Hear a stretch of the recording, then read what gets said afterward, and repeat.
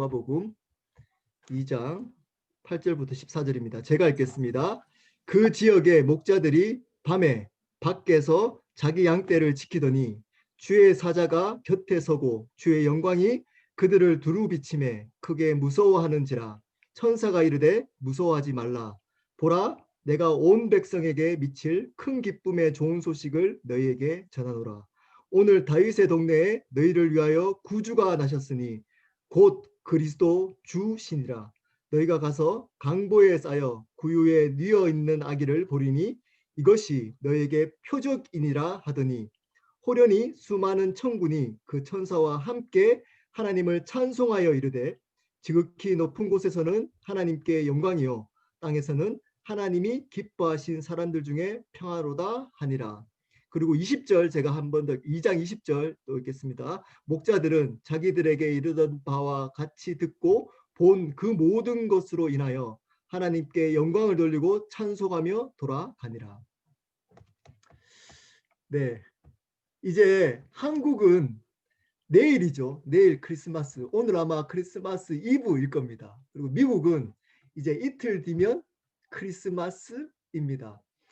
코로나 때문에 저 개인적으로는 코로나 덕분에 예수 그리스도가 더 빛나게 되었습니다. 올해는 많은 화려한 장식이나 화려한 행사들이 줄어들었습니다. 어쩔 수 없이 그 행사들 할 수 없게 되었습니다. 많은 분들은 아마 외로움을 가지고 홀로 사람들하고 화려하게 크리스마스를 보내다가 이제 아마 오늘 내일은 아마 그냥 집에서 보내는 분들이 많으실 것 같습니다. 혼자 보내시거나 싱글 분들은 혼자 보내시거나 가족이 있으신 분들은 가족끼리만 보낼 가능성이 높습니다. 예수님이 오셨다는 의미는 각자마다 틀릴 수 있습니다.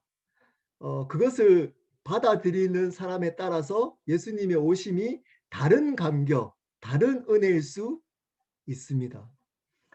오늘은 제가 묵상한 은혜를 나누도록 하겠습니다. 이렇게 말씀을 제가 준비하지 않고 이렇게 갑자기 나눈 적은 제가 목사되고 거의 처음인 것 같습니다. 진짜 처음인, 저는 각본대로만 하는 사람이라 가지고 준비한 그대로 이야기를 해야 되는데 제가 오늘 이제 운동을 하다가 강하게 이 묵상을 제가 오늘 이 받은 은혜를 나누어야겠다는 생각을 하나님이 주셨습니다. 그래서 오늘 말씀을 나눕니다. 8절부터 한번 보시기를 바랍니다. 8절. 그 지역의 목자들이 밤에 밖에서 자기 양떼를 지키더니 목자가 나옵니다. 오늘 말씀의 제목을 붙이라면, 만약에 붙이라면 낮은 곳으로 오신 예수 그리스도라고 붙이고 싶습니다. 여기에 낮은 삶을 살아갔던 목자가 나옵니다. 그리고 이 목자가 예수님께 경배하는 장면이 나옵니다. 사실 저번 주에는 동방박사의 이야기가 나왔습니다.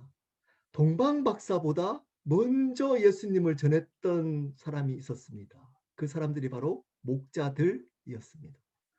오늘 이 장면은 목자들이 예수님을 경배하는 장면입니다. 예수님을 알아보고 8절에 그 지역의 베들레헴 근처의 목자들이 밤에 밖에서 자기 일을 하고 있었습니다. 열심히. 근데 9절입니다. 주의 사자가 곁에 섰고 주의 영광이 그들을 두루 비침에 크게 무서워하는지라. 갑자기 주의 사자, 천사였겠죠. 주의 사자가 이제 주의 영광을 그들에게 비쳤습니다. 그 말은 뭘까요? 이 목자들에게 예수 그리스도를 전하고 싶었던 겁니다. 의도적으로. 이 목자들이 누구였기에? 이게 중요합니다. 이 목자가 누구였기에? 10절에 이렇게 합니다. 일단 한번 생각해 보십시오. 이 목자들이 과연 어떤 사람이었기에 이 천사들이 예수님을 전하도록 이 목자들에게 찾아왔을까? 한번 생각해 보시기를 바랍니다. 그리고 10절입니다. 천사가 이르되 무서워하지 말라. 보라, 내가 온 백성에게 미칠 큰 기쁨에 좋은 소식을 너희에게 전하노라. 목자에게 전한다는 겁니다. 좋은 소식을 목자들에게 먼저 전했습니다. 이 목자들에게 먼저 좋은 소식이 전해진 겁니다. 이 목자가 누구였기에? 계속 질문합니다. 11절입니다. 오늘 다윗의 동네에 너희를 위하여 구주가 나셨으니 곧 그리스도 주시니라. 구주가 나셨는데, 세이비얼이 나셨는데 그분이 로드라는 겁니다. 그분이 그리스도 주라는 겁니다. 그분이 주님으로 오셨습니다. 주님으로 오셨음을 목자들에게 먼저 전했습니다. 많은 분들이 예수 그리스도를 주로 오셨다는 것을 잃어버리고 자기가 주인공입니다. 세상 사람들이 주인공이면 뭐 이해가 됩니다.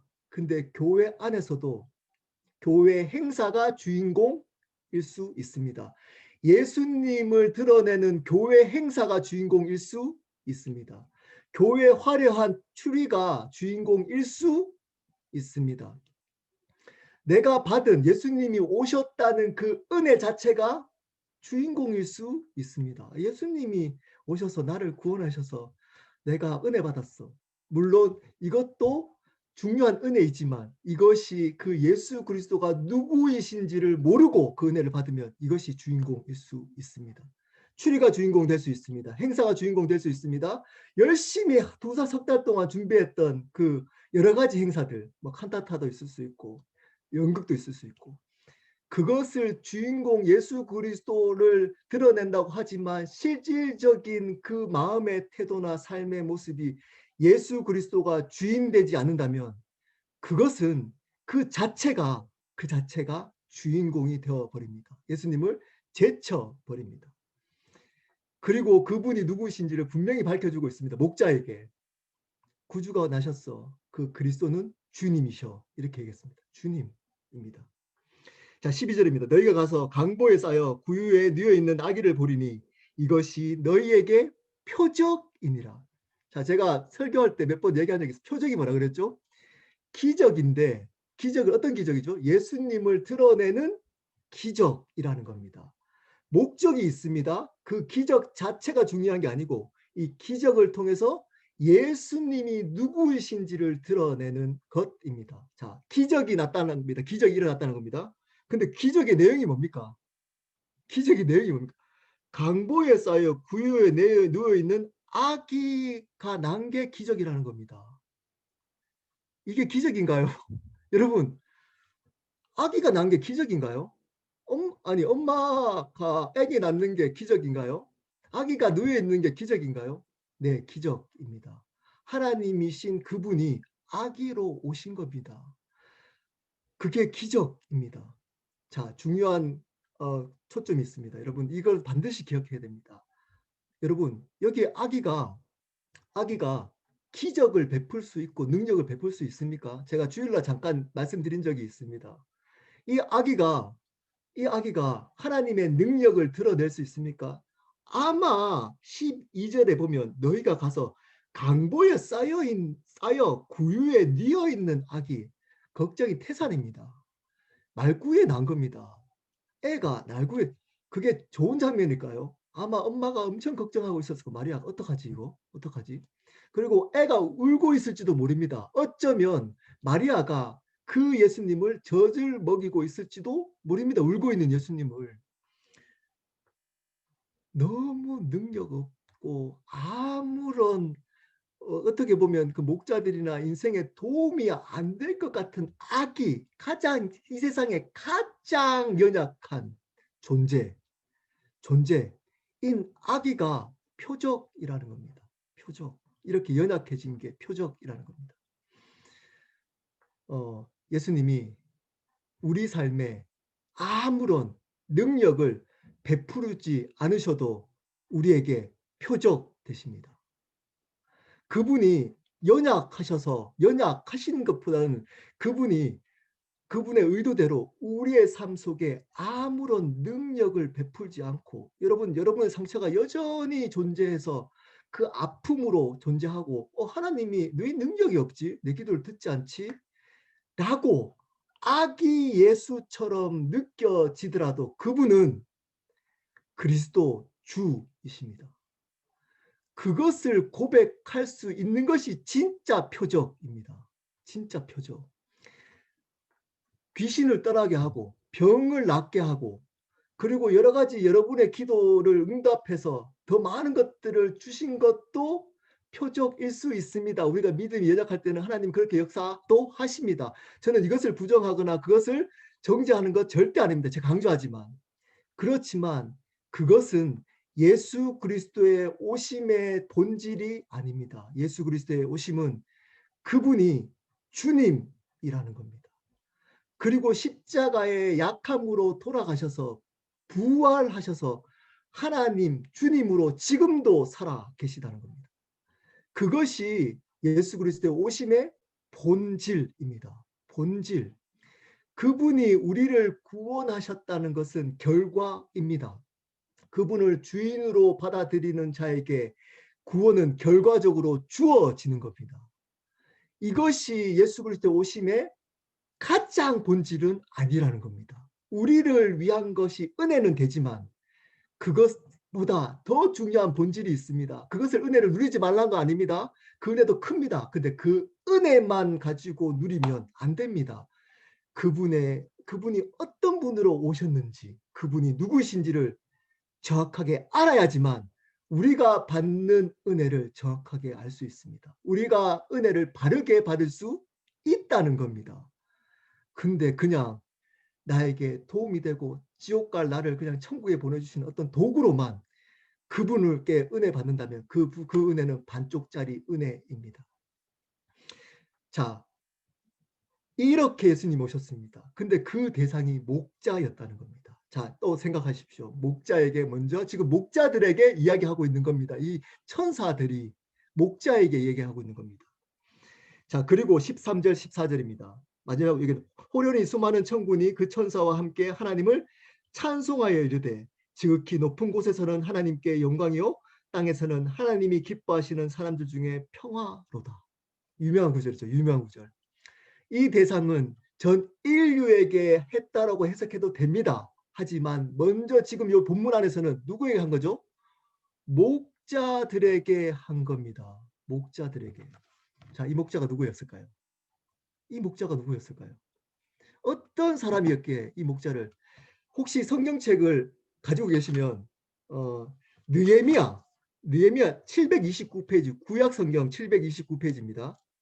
구약 성경 729페이지 느헤미야 3장 14절 혹시 그 성경 앱을 가지고 계신 분은 쳐보시면 됩니다. 느헤미야 3장 14절입니다. 느헤미야 3장 14절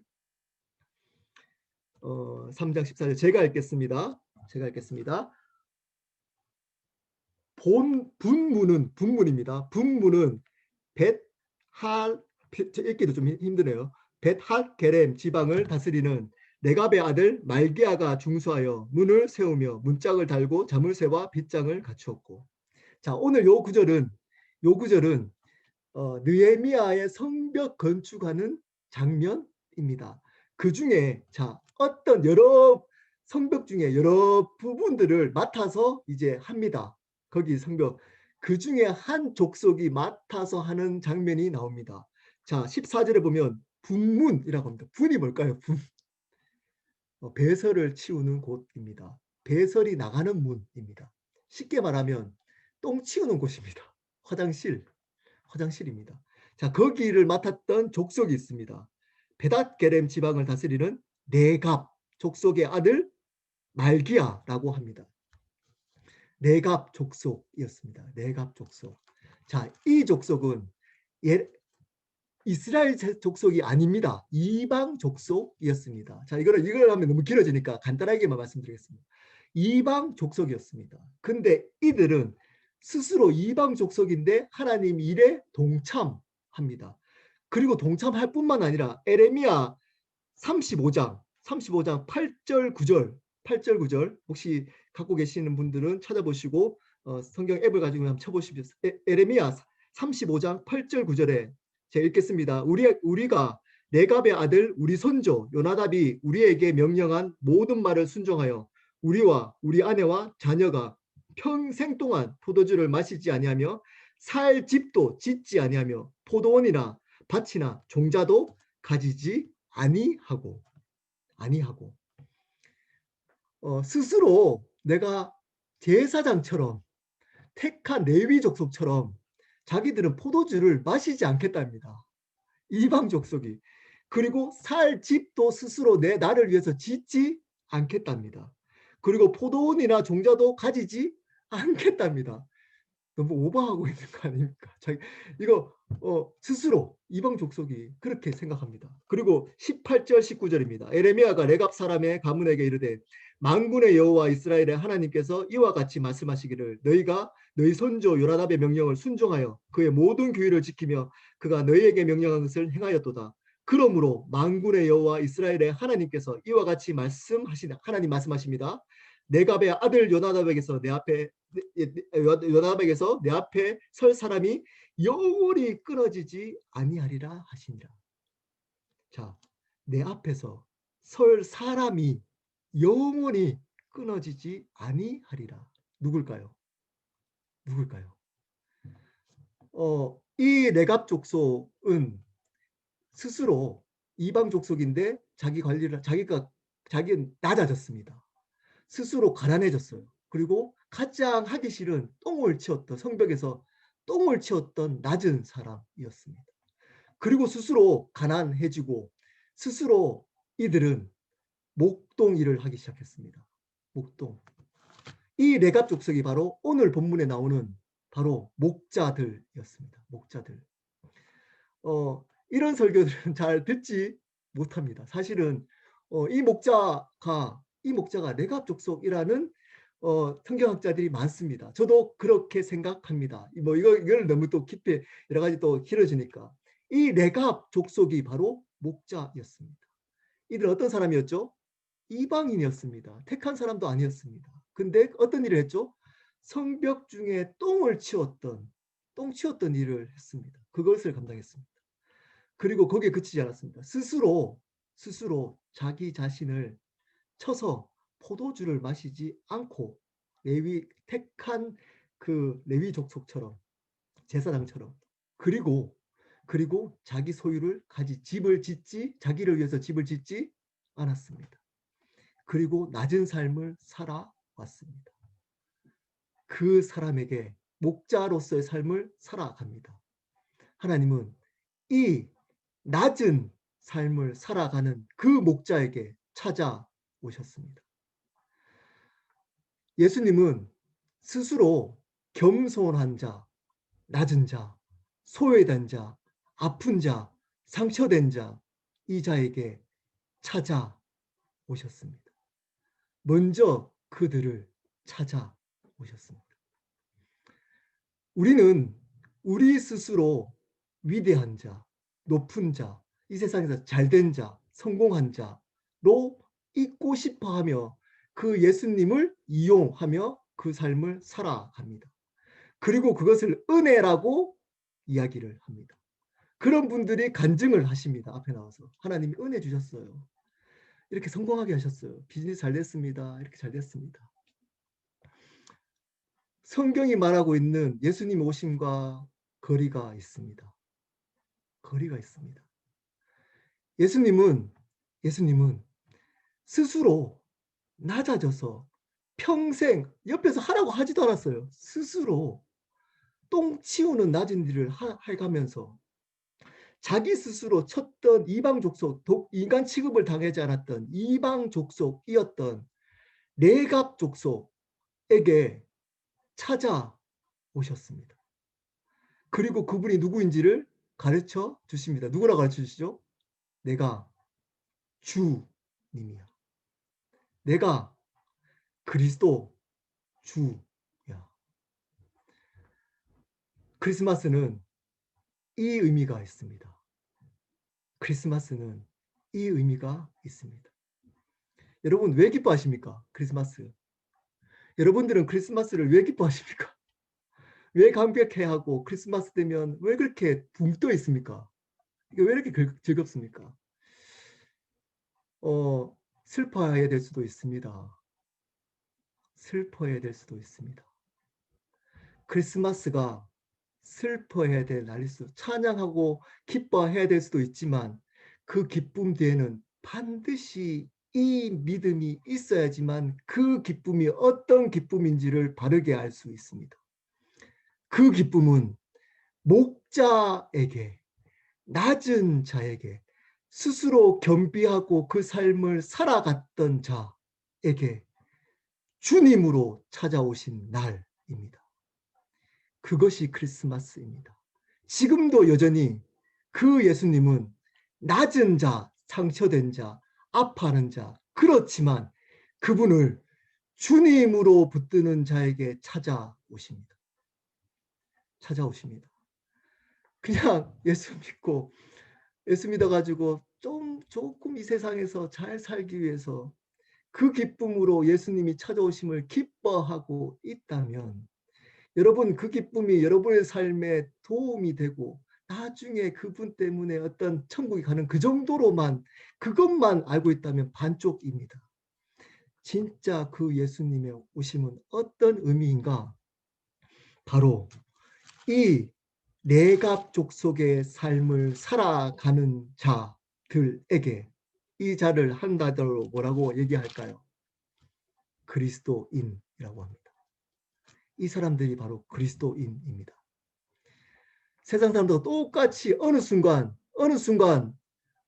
교회에 다닌다고 하는 그리스도인이라고 하는 분들이 어떻게 지내느냐? 이런 내갑 족속의 삶이 아니라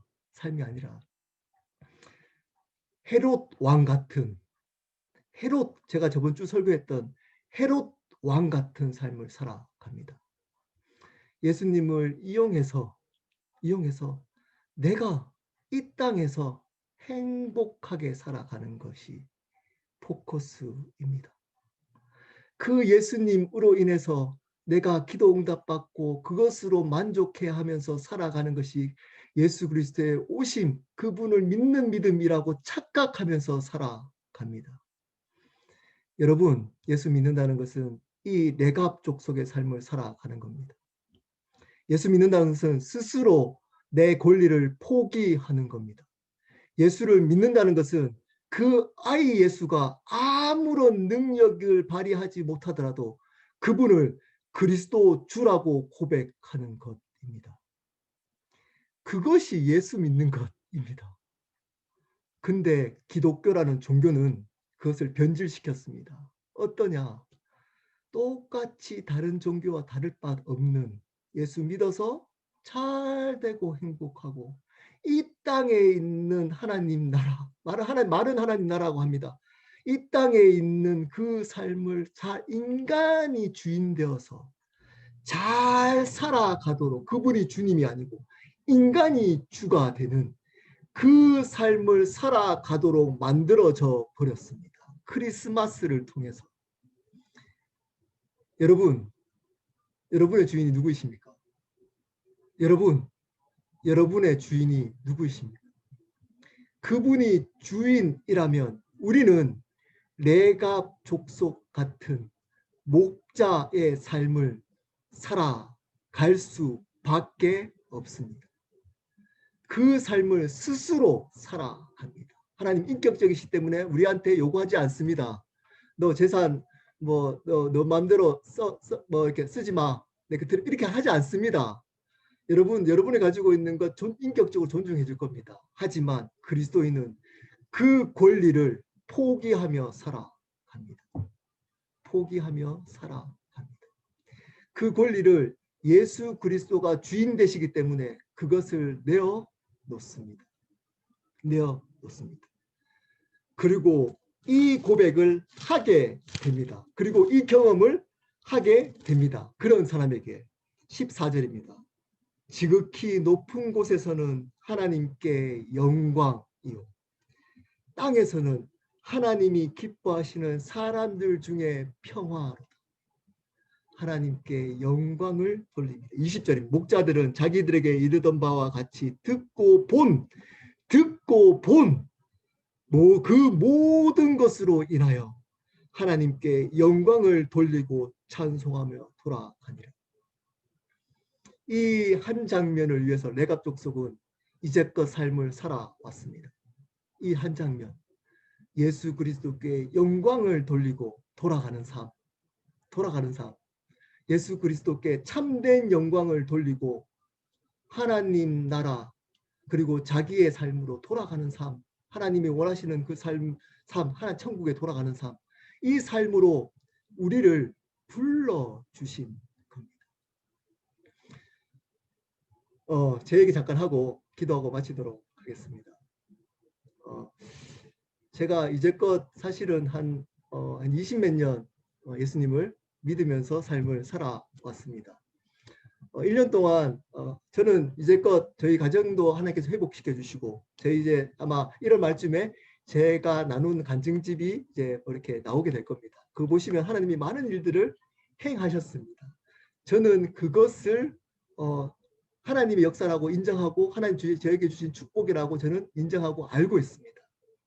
그리고 그것을 나누고 은혜가 되는 이것을 나눌 때마다 하나님의 역사고 하나님의 살아계심을 드러내는 은혜의 통로라고 저는 믿고 있습니다. 근데 그 모든 은혜보다 올해가 저는 가장 은혜스러웠습니다. 그 은혜가 뭔가요? 그 은혜가 뭘까요? 그 은혜는 바로 이 은혜였습니다. 똥 치워도 전혀 상관이 없을 저에게 평생 똥만 치워도 평생 감사할 저 같은 사람에게 평생 내가 포도주 안 마시고 평생 내가 살 집 안 짓고 평생 그냥 바보같이 목자로 가장 낮은 삶을 살아도 한마디 내가 하나님 앞에 핑계대지 못할 저 같은 사람에게 그분이 주님으로 날마다 찾아오신 것입니다. 날마다 찾아오신 것입니다. 그분이 아기 예수님일지라도 그분이 나의 주님 되신 것입니다. 어떤 주님이죠? 영원한 하나님의 나라를 지금부터 영원까지 저에게 허락하셨던 그 주님. 이 은혜가 큽니다. 제가 이 은혜를 나눌 수 있었던 것이 가장 큰 은혜였습니다. 저희 교회 분들에게 이 은혜 쉽지 않은 은혜입니다. 이거를 뭐 이제 교회에서 나누면 힘들다 그럴 수도 있고 부담스럽다. 아니 이렇게 코로나 힘들 때 위로의 말씀을 전하지 위로하고 이렇게 해야지 무슨 저는 못하겠더라고요. 왜냐? 왜일까요? 이 코로나가 은혜일 수 있기 때문입니다. 코로나가 복일 수 있기 때문입니다. 하나님 주신 축복이라고 느꼈기 때문입니다. 왜일까요? 이것 때문에 영원한 생명을 주셔서 영원한 나라를 주신 그 예수 그리스도가 주님인 것이 선명하게 드러날 수 있기 때문입니다. 이 땅이 끝이 아니라 이 땅에 있는 것을 살아갈 사람들이 아니라 우리는 영원한 하나님의 나라를 살아가자임을 기억할 수 있는, 보여줄 수 있는 계기가 되었기 때문입니다. 그렇기 때문에 은혜입니다. 그렇기 때문에 그 설교를 못하는 겁니다. 저는. 왜냐? 저의 주인이 바뀌었기 때문입니다. 이제는 제 주인이 제가 아니라 예수 그리스도이시기 때문입니다. 그분이 저에게 영원한 생명 주시고 영원한 나라로 인도하시기 때문입니다. 그래서 저는 앞으로 계속적으로 내갑 족속 목자 같은 삶을 살 겁니다. 앞으로 이 삶을 살 겁니다. 그리고 여러분 함께 사셨으면 좋겠습니다. 후회하지 않을 겁니다. 마지막 날. 지금은 부담스러울 수 있습니다. 이 삶을 살아가는 자에게 특권이 있습니다. 참된 기쁨과 평안을 누리며 살아갑니다. 어떤 환경, 어떤 모습에서도 하나님의 영광을 누리고 하나님의 임재를 경험합니다. 그리고 이 땅의 평강이 뭔지를 경험하며 살아갑니다. 그래서 하나님의 평강이 우리 믿는 자에게 주는 가장 큰 복입니다. 이 복을 함께 누리며 크리스마스를 보내셨으면 좋겠습니다. 이제 내일 모레, 미국은 내일 모레 크리스마스 때부터 앞으로는 함께 이 목자와 같은 삶을 함께 살아갔으면 좋겠습니다. 그래서 예수 그리스도를 나의 주님으로 그분께 영광 돌리고 그분이 주시는 참된 기쁨, 참된 평화를 이 땅 가운데 누리며 살아가는 참된 복된 삶을 살아가셨으면 좋겠습니다. 기도하겠습니다. 여러분, 오늘 말씀 가지고 기도했으면 좋겠습니다. 예수 그리스도가 이 땅에 주님으로 오셨습니다. 여러분 안에 이 목자의 삶, 목자의 여러분 결단이 없으면 그 예수님을 바르게 이해할 수 없습니다. 없습니다. 우리는 목자의 마음, 목자의 태도, 목자의 삶을 결단하셔야 됩니다. 그래야지만 이 크리스마스 예수 그리스도의 오심이 어떤 건지를 성령께서 바르게 경험하도록 하실 겁니다. 그렇게 할 수 있도록 우리 힘으로 할 수 없습니다. 성령님, 하나님, 저를 불쌍히 여겨주셔서 이 목자들처럼 예수 그리스도를 진심으로 주님으로 누리며 살아갈 수 있도록 도와주십시오. 그리고 참된 영광, 참된 평화를 이 땅 가운데 누리게 해주십시오. 라고 함께 기도하고 제가 마친 기도하고 마치도록 하겠습니다.